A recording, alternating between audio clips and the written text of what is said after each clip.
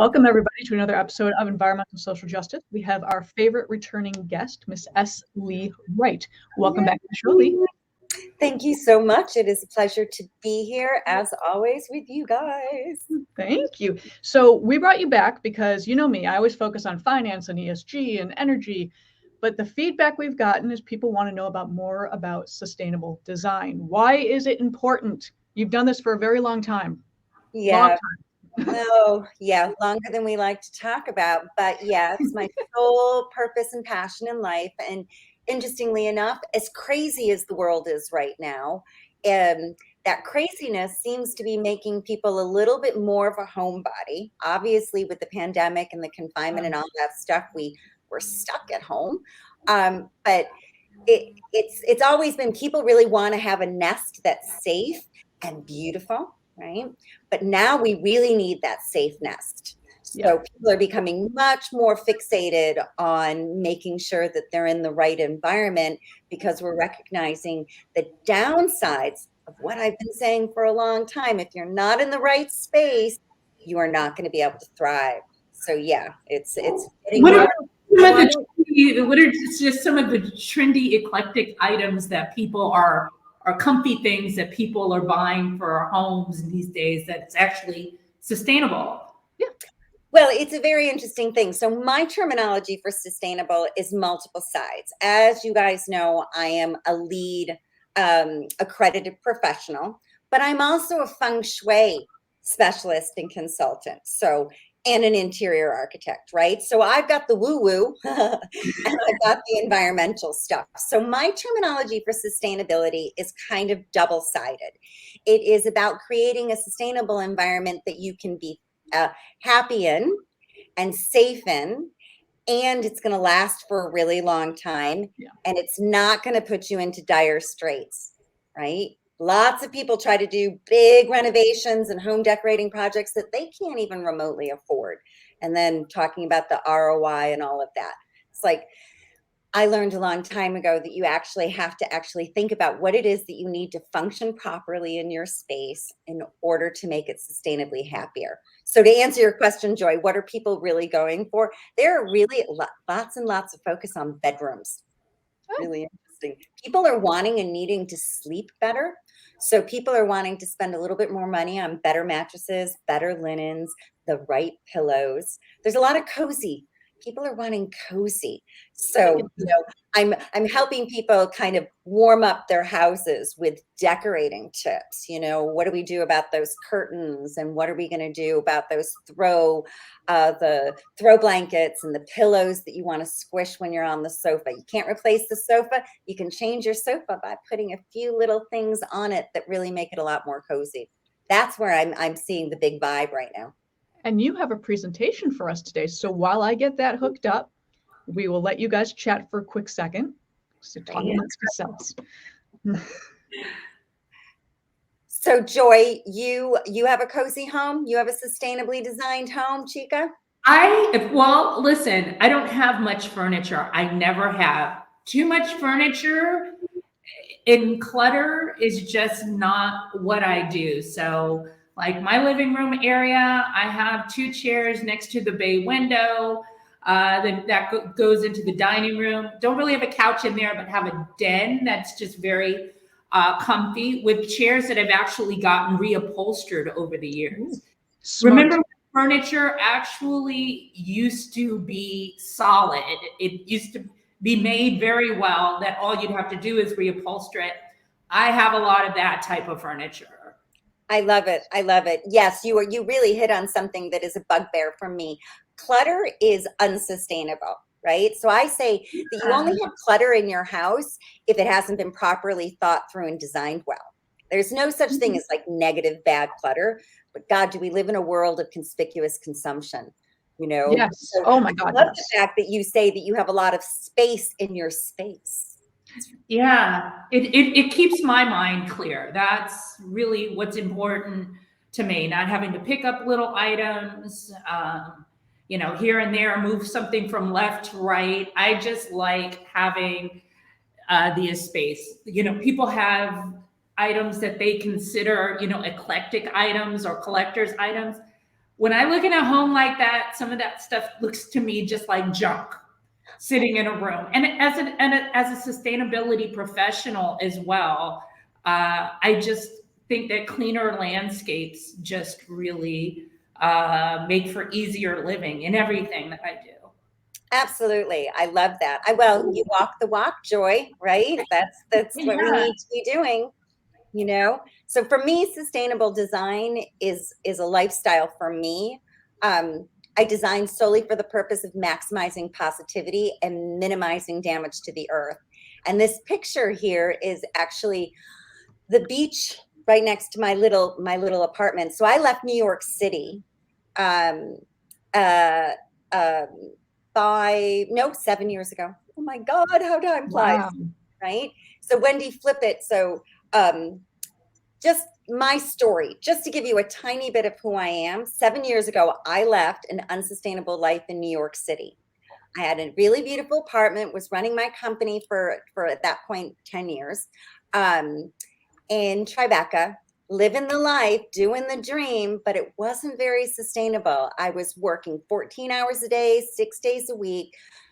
Life was the way that Sex and the City, kind of like, you're doing it, but there was not a lot of sustainable happiness, and I wouldn't say a very healthy lifestyle. So I decided to change my space, to change my life, to become more sustainably happier. And the previous picture, which was the beach, is where I decided to move. I got rid of all my stuff, Joy. Good for you. And I'm sure you still feel free from that. I donated almost all of my furniture, and I moved to Spain with with my cat. I came with my cat in a suitcase and had a couple boxes that got shipped to me later on. So, but I'm a holistic interior designer, and I figured I would figure out how to actually do the rest of the stuff for my life, which 7 years on, I've been doing virtual consultations for people for 7 years, a little bit before the pandemic and the trend came on. So always breaking the mold, but created a sustainable life. So super excited to be talking about my passion, because I also walk the walk in regards to living a sustainable life. Not only do I tell my clients about designing sustainably, it's kind of a sustainable lifestyle. Why don't you push on to the next one, Wendy? So I'm also a big quoter, right? So what can you do today that your future self is going to thank you for is something that I'm constantly asking myself. And it's something I'm always asking everybody around me. And if you ever become a client of mine, that is like a big thing, because it's constantly, we don't make isolated decisions in our life. Everything is interconnected, and everything has a long-lasting impact. We really don't think about that a lot in the Western mind. We are very much living in a world that is an immediate gratification, but I am definitely, this is a big bugbear for me. You really need to be thinking, what can you do right now that is going to help in the future? Kind of future forward thinking.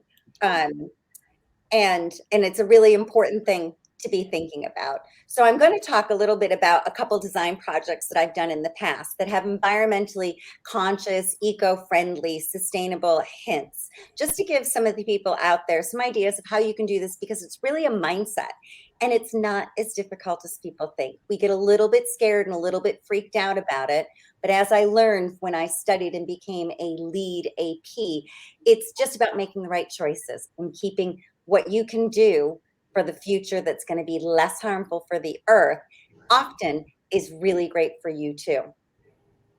Go to the next slide. So I do a lot of kitchens and bathrooms. Another big thing, people really love their kitchens and bathrooms, and they are the most expensive rooms in the house, right? To do. So they're kind of important to actually make sure that you get it right. Not everybody can do a complete gut renovation, but if you are going to do a gut renovation, so in the lower right-hand corner is a small picture of what this kitchen originally looked like. This was in a very old brownstone in Brooklyn, and it was a very dysfunctional kitchen. A lot of these old houses and old apartments have these kind of clunky little weird rooms that are kitchens, and this had no natural light, and it had a very dysfunctional way of operating. So we did decide to actually gut this whole thing And I'm only showing you one picture here, but we opened up the old space and made it kind of their center community. And so the sustainability is both about things that I did. LED lighting, right? LED lighting is necessary, right? You have to really think about having the proper lighting. And that is something interior designers and architects don't really stress enough, but you don't want to have all the lights connected. So they need to be switched separately, so you don't need to have all the lights on at one time. The second thing is, you know, you can reuse certain things. You can repurpose certain things. You can also use locally sourced materials. And I really am against fast furniture. So I really try to also get my clients, if we are going to buy furniture, to buy furniture that is of quality, right? We want that furniture that can be reupholstered, right? We want that stuff that can be handed down to your children. We do not want that stuff that is going to, the next time you move, or it's going to break and it's going to end up in landfill. So I really push quality versus quantity. And I use locally sourced materials. I use, you know, things that have the correct adhesives in the cabinets, because those can be super toxic. So you need to take your time to actually look at how you are designing a space. We also wanted to make the kitchen sustainable because it was going to be the heart of their home, and they wanted to have a community gathering. They had just moved to this neighborhood. So we created this island that every other kitchen designer said they couldn't do because it was not enough space. And it's so ironic. It's just like, oh, it could just be a little skinnier. It doesn't need to be, you know, a gigantic thing. So it's kind of thinking outside of the box. So this kitchen really they became a big kind of center of this community. And I'm going to tell you, it's a very actively used kitchen.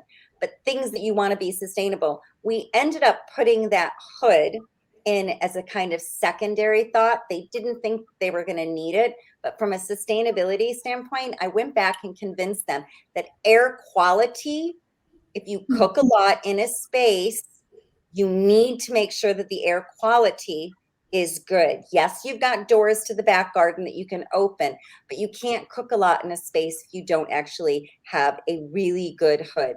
Of course, we made it this beautiful. That's awesome. You know, and you find that in a lot of apartments, even here in Los Angeles. You go in and you can smell the food that they cooked the night before. That, and if you can smell that stuff, that's going inside of you, right? Right. And imagine what else is going inside of you if there's toxins in the plywood that went to make the cabinets and everything else. That's very smart. Absolutely, absolutely. And also really thinking about your work surfaces and what you're going to be using. You know, we had a recycled wood countertop on the island here, and we used locally sourced soapstone on the other. I love soapstone. I mean, Wendy, I don't know if you remember this. Soapstone was used in schools for all of the science countertops because they're super, I don't know, hygienic and they're just strong. They're durable. They're strong. You can hammer the crap out of it. It's going to pretty much not break. Exactly. So not only are they gorgeous, but they're super functional for the spaces that they need to be in. And that's something that I really say in regards to kitchens. Why? Because I've got a few more slides. So why don't we pop on to the next one? I can give some top tips. Bedrooms. Another slower right-hand corner is what it used to be. And then the beautiful new. Paint is my best friend and should be your best friend. You can get no VOC or low VOC paint, and it can completely transform a space magically. It's like just so crazy how you can do it. You can also take a bed and reupholster the headboard, reupholster the chairs that are decent frames. I mean, really, frankly, you can have a good upholsterer can take something old and make it incredibly beautiful. I don't know if you can see in the lower right-hand corner, that was a very kind of old and dated chair and ottoman, and we made it much more modern. We used a type of fabric that was going to be super durable and super lasting. They have kids, and so we wanted to make sure, and pets. So it had to be beautiful, but it also had to be like, oh my God, you know, the dog could hang out on it and the kid could throw up on it, and we're still going to actually be able to be cleaned. So we reused what that is so important. Right? And that's, to me, sustainable design. It has to be functional, but it also has to be durable. Like, we don't think about that, but durability is hugely important to make sure that you have things that can do it. Really, really good, lasting quality is important. Something we also added in a bedroom, which is really important from a sustainable design standpoint, is to think about the way the light goes in. We sleep better in dark spaces. Not a shocker. Right. So, previously the light filtered in, they didn't ever close the blinds. In the new revision, I ended up having blackout curtains. Yes, we still had the light, beautiful curtains and the really pretty blinds, but we had heavy duty blackout curtains. So when they needed that good night's sleep, they were finally able to get the kids to sleep. They could actually shut out the light and get really good sleep. So your bedroom is supposed to be, from a sustainability standpoint, for sleep and sex, right? It's not supposed to be for other stuff, right? That's what your bedroom is. It needs to really be healthy, beautiful, and bring a sense of joy. So those are my sustainable bedroom tips. It just looks so calm and comforting. I mean, from the pink to the bluish green color that you used, and the curtains, the way you hung them higher, it just elongates the room and makes it look bigger and brighter. I love that. And the fact that you repurposed all of the furniture, I'm doing side by side, looking back and forth, instead of chucking the furniture. Most interior designers, the first thing they want to do is, check everything, take out the bed, get all new furniture at some new fancy, store, but you completely repurposed it and you made it congruent, and it's beautiful. I agree. I made it calm and tranquil for that. And it's an interesting thing, the idea of the designers wanting to actually buy new furniture. It's linked probably to finance and money. But for me, my driving force has always been about, focus on the earth first. And, and it will all come out in the wash in the end, in regards to it, as I don't always charge on I charge on a project basis, and I figure out what it is and I'm going to feel good with, and we create an equal kind of happy place for that. And it doesn't have to be like, I'm going to make more money if I sell you more furniture, because if that's the case, then I'm actually kind of creating a conflict of interest. Right. And that's the way the industry is set up. And it's something you should really think about if you ever do hire an interior designer, to work with one that doesn't want to try to force you to buy new furniture. Yeah. Can I just ask, the ginkgo sculpture above the bed? I love that. I want that. So I'm from a sustainability standpoint, I tend to really try to bring the outdoors indoors, right? So we are happiest in nature, but Americans spend 90% of their time inside. I know. So with that, there needs to be this kind of feeling of nature wrapping around you, that you have some kind of sense of it. And I'm also a big believer in having some three-dimensionality and texture going on in your spaces, because it is something that we intuitively feel much more comfortable with. That kind of white architectural stark spaces, minimalist spaces, Le Corbusier, they are not good except in a magazine. No one wants to live in those spaces because they numb you out. And that's not the way that we are most comfortable. Awesome. Shall I advance to the next slide? Yes, please. Bathrooms, yay. So bathrooms, another one of my favorite little top tips. And this is kind of an interesting from a sustainability standpoint. Well, obviously, this is a great transformation from this like black hole to this kind of big, beautiful, very open space. I have won awards doing tiny bathroom renovations. So this was actually a really small bathroom. We created a spa. We created a all glass enclosed spa that had an aromatherapy diffuser system in it, so they could actually go in there, and much more of a healthy environment. Slate tiles, sleek, simple. We try to, you can't see a lot of it, but some of the pieces were secondhand pieces that we got from architecturally salvaged places. I love that. That's a really great idea. Secondhand is great. And not everything has to be new and shiny and gorgeous. It all really depends. This was a very old brownstone, so that was really appropriate with it.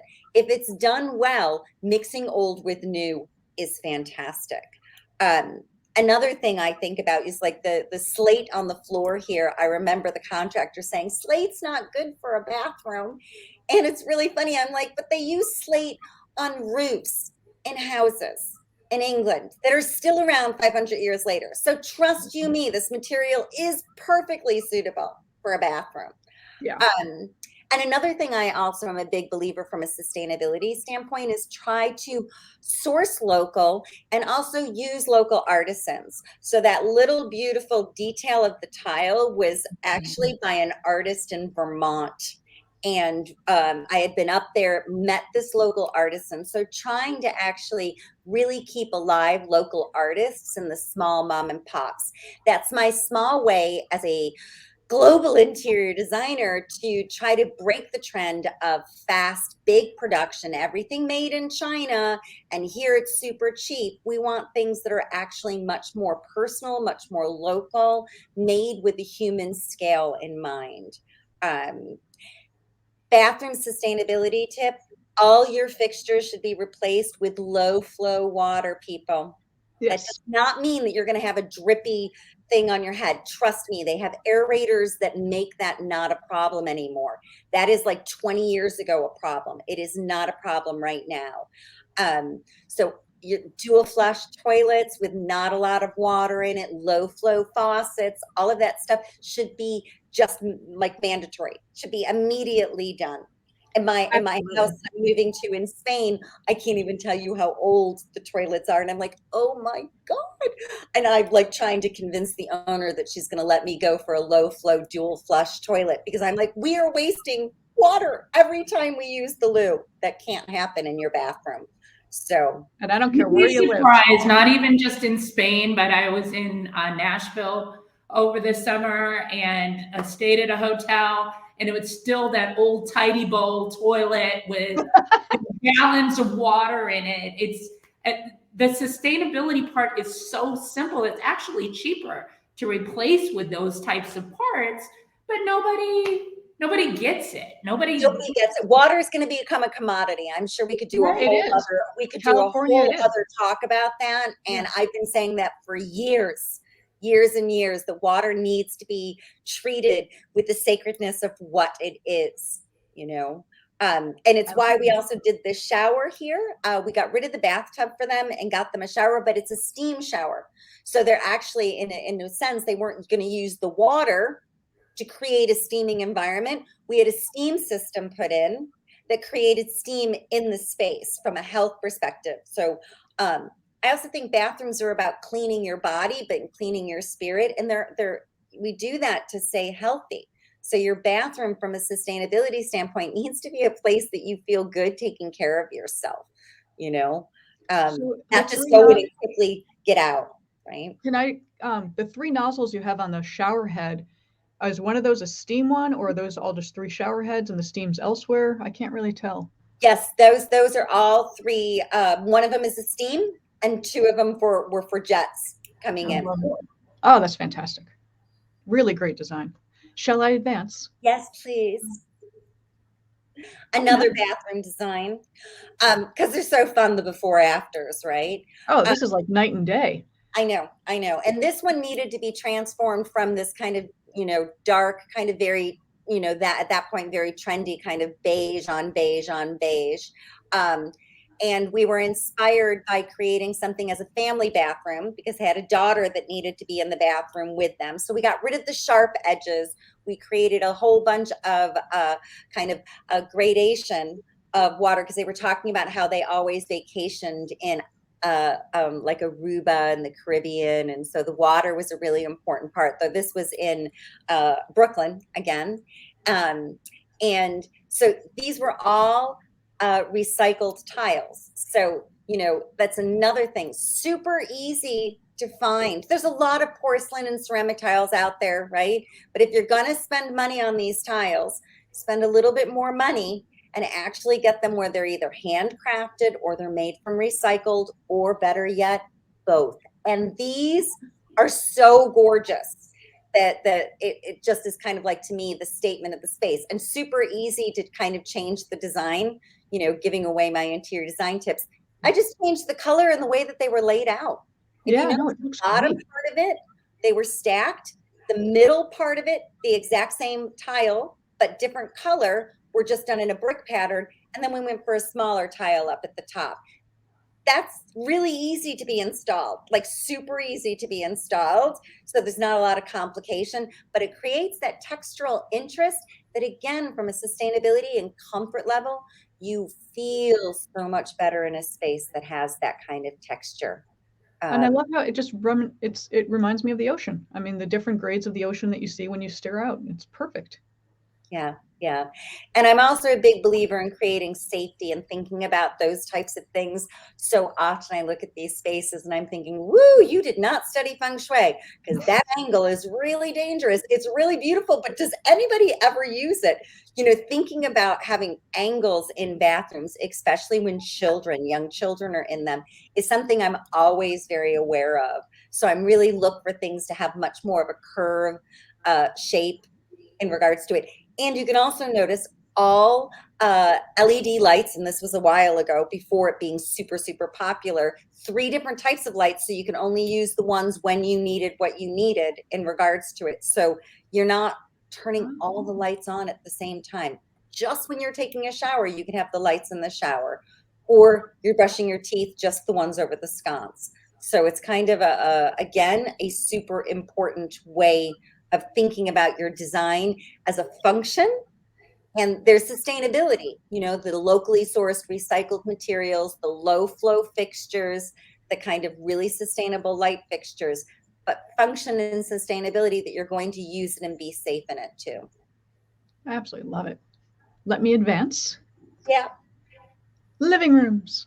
So living rooms are also really important because they are the spaces that we lounge in and we live in. And so they're also something that I think that we often get a little bit caught up in the Joneses, you know, kind of trying to make it like look really great. And you really just have to think about how you're going to function. Like you, Joy, talking about how your living room doesn't even have a sofa. It really needs to be thought about how you're going to use the space, what your family needs. I'm working with a client in Tucson right now, and they're musicians and they have kids. We're not having sofas. We have 4 swivel chairs in it, right? Because that makes more sense for them as a family, right? You don't need to follow all the norms. You can break the rules, people.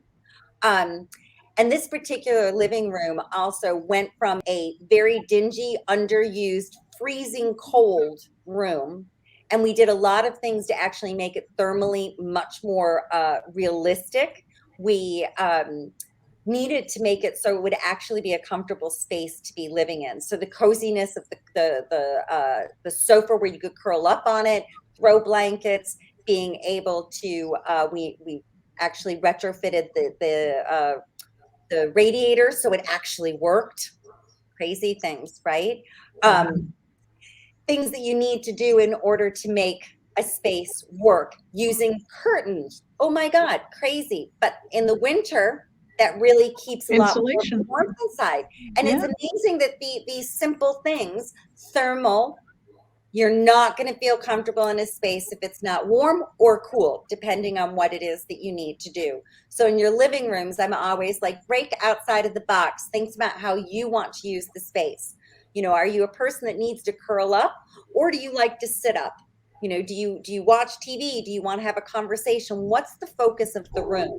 So make sure that you're actually really thinking about that. This was a room that was really about curling up, reading books, looking at nature, talking to each other. So it was You are about one with nature in this room. Yeah, I love it. yeah. So that's my top tips in regards to the sustainability design of the different rooms. And you know, I as I shared, I actually moved to Europe a couple of years ago, and you know, not that there's no perfect place by any stretch of the imagination, and they are becoming a little bit too much of a consumer society as well, but they have a lot of history behind them. And I was in Berlin and I saw a part of where the Berlin Wall went down, which is very appropriate given the world in which we are right now dealing with all the stuff that's going on. But I loved this one statement that was kind of graffiti covered where it said, "He who wants the world to remain as it is doesn't want it to remain at all." And we really have to transform the way that we are looking at how we are doing things, because if we don't, we're kind of messing up with our own place. We cannot soil and mess our own nest. We need to be really important. Your future self is going to thank you if you really start changing the way you think about your home. I'm not wanting people to stop. I love that people want their homes to be beautiful, but you need to think about function and sustainability first. So Absolutely. that's my thing. That's my passion. And here's our special offer that you mentioned. Yeah. So when I moved to Spain, I found some space here, right? And I had gotten rid of all my stuff, and I lived in this tiny little Spanish apartment by the sea, right? And I was able to write 3 books. I was able to put my interior design and my Feng Shui tips into these little gems. They're small, easy to read books about home renovations, kitchen renovations, or bathroom renovations, the areas that I know a lot of people want to do, with tips on how you can incorporate Feng Shui into those individual areas. I hear that people like them. They're metaphorical as well as realistic if you are looking at doing any of these. So my offer to this wonderful community of people is that if you get all 3 books, they're available on Amazon. They're not very much. You can get them as Kindle or paperbacks. Prove that you've gotten it, and you can get a 20-minute conversation with me, and I will help you in some area of your home. So free consultation if you buy the books. Yeah, yep. Buy my books, and then I can give you some help. And also there's a Feng Shui home review. This is getting me to actually do a personalized consultation. I love this. It is one of my passions. Take me up on this offer as well, because it's a big discount, only $298 for your special community of people. You know, I help mindfully rearrange your space with what you've got, tweaking it just ever so slightly to make it actually sing for you. So I love that. I love it. Sing. So I will post this in the aftermath as well, so people don't have to like frantically look for a pen and paper right now. We'll send it to you. It's all okay. And here's all of Lee's contact info when you need it. So lee@svright.com is your email.